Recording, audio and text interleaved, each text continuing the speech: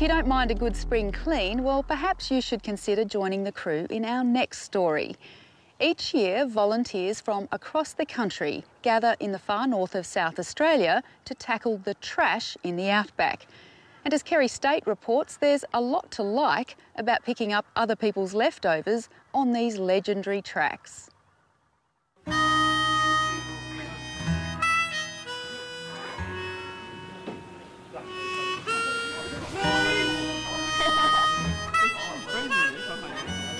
As volunteers clear their campsite over a brisk breakfast, preparations begin for a much bigger clean-up, the entire Birdsville track. While removing rubbish from more than 500 kilometres may seem a rather arduous chore, it's a task this couple relishes. The love of looking after Australia, the love of the land. You get to see the bushes, the outback, the animals. It's just cleaning it up. It's just the love of Australia.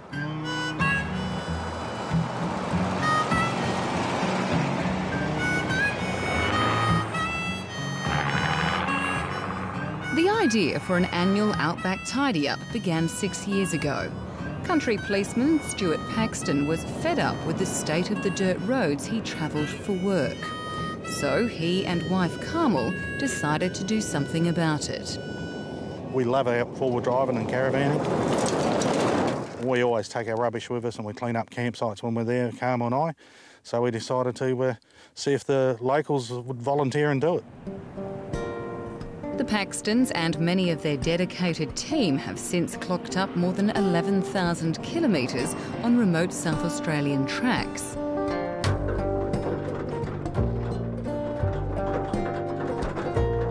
Spotting something that doesn't belong among the gibberstones or desert scrub is slow work that requires plenty of stamina. You're a bit of a running machine. I've got to get there fast and get back again, otherwise Stuart gets impatient and then vehicles get ahead of us. So I want to get there and get back. Plus also, because I'm so short, it gives me leverage to run over the bushes. You know, sometimes you come across and it's heaps and then other times there's nothing. It's unbelievable. Normally, Stuart Paxton would be sharing the legwork. But this year, the Clare Police Sergeant has orders to stay behind the wheel after having surgery on his back. I was allowed to come but not lift anything or do any of that picking up. So my role is really just the driving this year, and also I organised all the coordination of logistics for the meals and transport and fuel.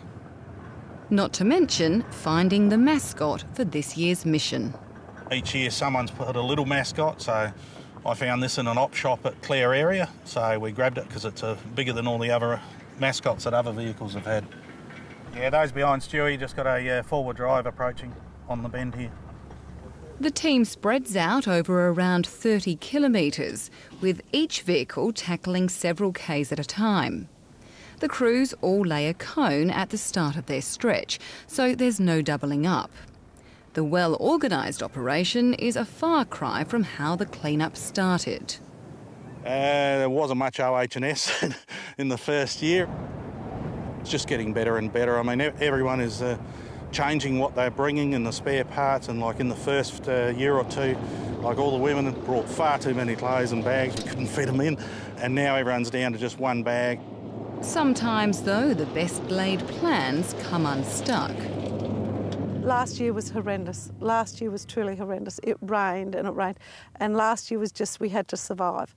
We had to focus on we couldn't think of the rubbish, we just had to focus on our team members and surviving. The downpour hasn't deterred the bush Garbos, though, with this year's trip up the Strzelecki and down the Birdsville tracks, attracting more volunteers than ever. There's one large family from Lee Creek and their relatives from over Australia. They come. We didn't think they'd stay. This is the 6th year, a lot of them, and they love it.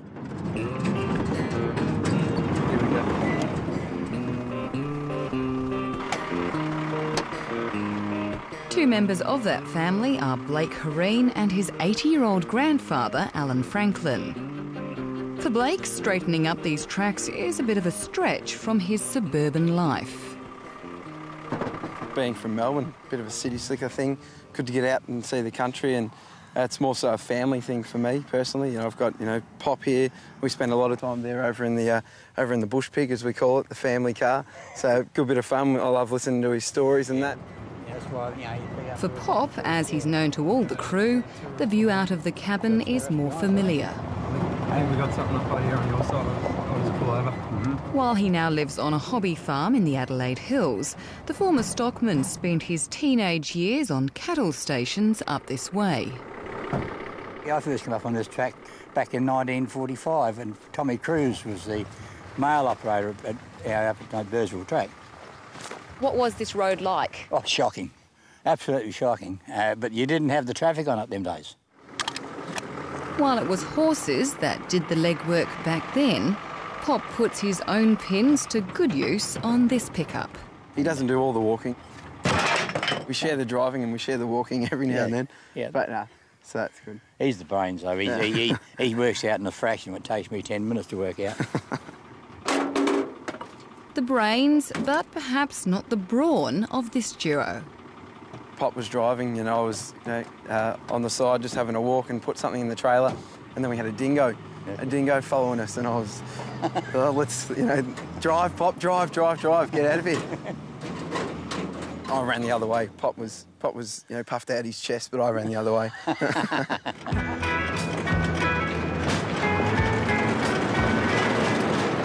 From the oldest to the youngest rubbish removalists. Stop that. Adelaide teenagers Luke and Mikaela Duncan have given up their school holidays to spruce up the Outback, bemusing many of their classmates. They're mad. That's what I was told. What are you doing in your holidays? Oh, I'm just going to clean up the tracks, all the rubbish. Oh, that sounds like fun. This is the third time the brother and sister have joined their parents on the desert pilgrimage. What's the best bit? Trailer. Yeah, we love jumping on the back of the trailer. It's good. Wind through your hair and stuff. Well, even though it's a bit chilly, it can be.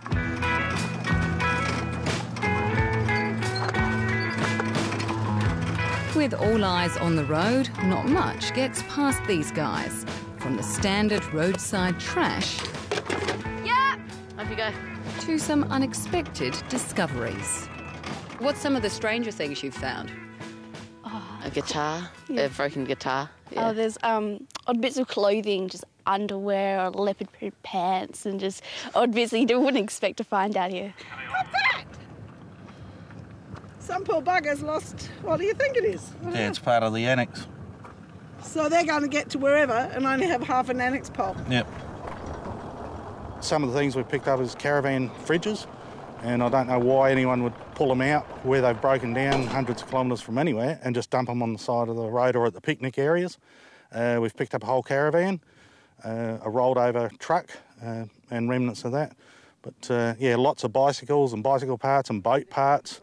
That's the comical part in the middle of the desert, is coming across boat parts. Did you get a banana, Heather? And while many of the crew bring their four-legged companions along for the ride, this year's Bush Bash also attracts a gate crasher. So, Greg, I didn't notice this dog at the last stop. No, I'm going to say it's one of the most unusual things we've found. Just walking along the road and... Ever found a dog before? Never, no. And not such a good animal too. She's looking good. As you can see, she's very quiet. So therefore she's used to people. That's one thing for sure. Another thing, so hopefully if we don't find a home, but she'll have to come with us. You can't leave her out here. But typically it's tyres that top up most of the trailers, some presenting more of a challenge than others. Tried a bit of rope on it first and it didn't dig out, and the rope broke, so I got a sling out, and then we dug some more dirt out, and it came out fairly easy then.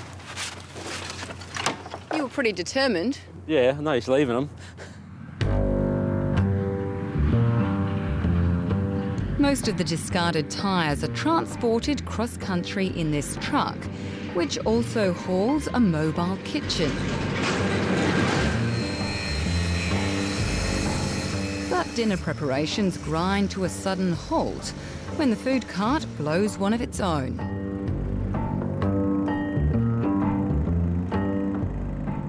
Greg, our chairman's pride and joy, the camp kitchen in the truck, and you can just about see a tear in his eye every time something happens to it, and his brother was driving it, which made it even worse. Among those coming to the rescue is Peter Stockings. It's the former shearer's first time on the clean-up, but not his trailers.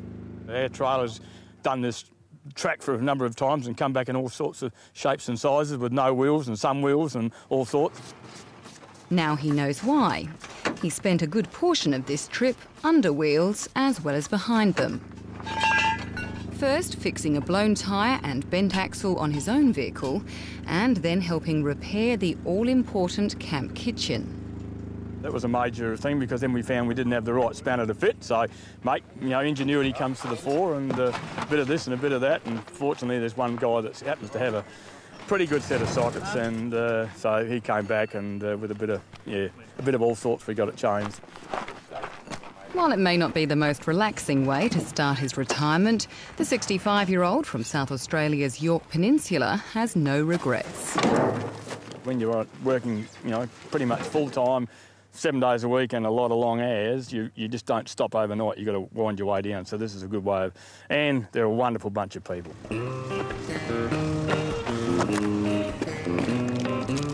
From leaving sweet treats... Ali and Peter, I'm just picking up your cone. Thanks for the chocolate, beautiful. To some good-humoured trash talk over the airwaves. Just driving past your stretch that you're supposed to be cleaning up, and I can see quite a few things, but don't you worry, mate. I'll pick it up myself. Collecting people's leftovers is hardly tedious when it's done like this. I can go to your good news, the bounty hunters and their dog. Yeah, his name's Bandit, mate. We have some real characters amongst the crew, and each year the games and the carry-on seems to get better and better. They try to outdo each other, but it's all part of making an enjoyable experience, and that's why they all want to come back. At the end of the 1,700-kilometre run along 2 dusty tracks, the junk weighs in at 38 tonnes. There are fewer heavy-duty items this time, leaving more room for household rubbish like bottles and cans. And with recycling, many of these scraps won't end up on the scrap heap. Despite the trailer loads of trash collected, organisers say the tracks are much cleaner than when they started, with volunteers removing less than half as much rubbish this year. After seeing what's on the Birdsville track this year, I can see that we can drop off to only pick this one up every 3 years, which gives us the ability to go elsewhere within the state to clean up some other tracks.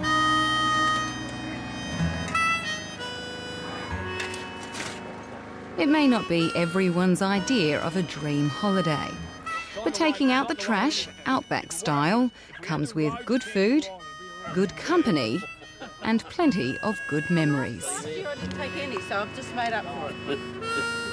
And how long do you reckon you'll be doing this for? I'm going to outdo Pop.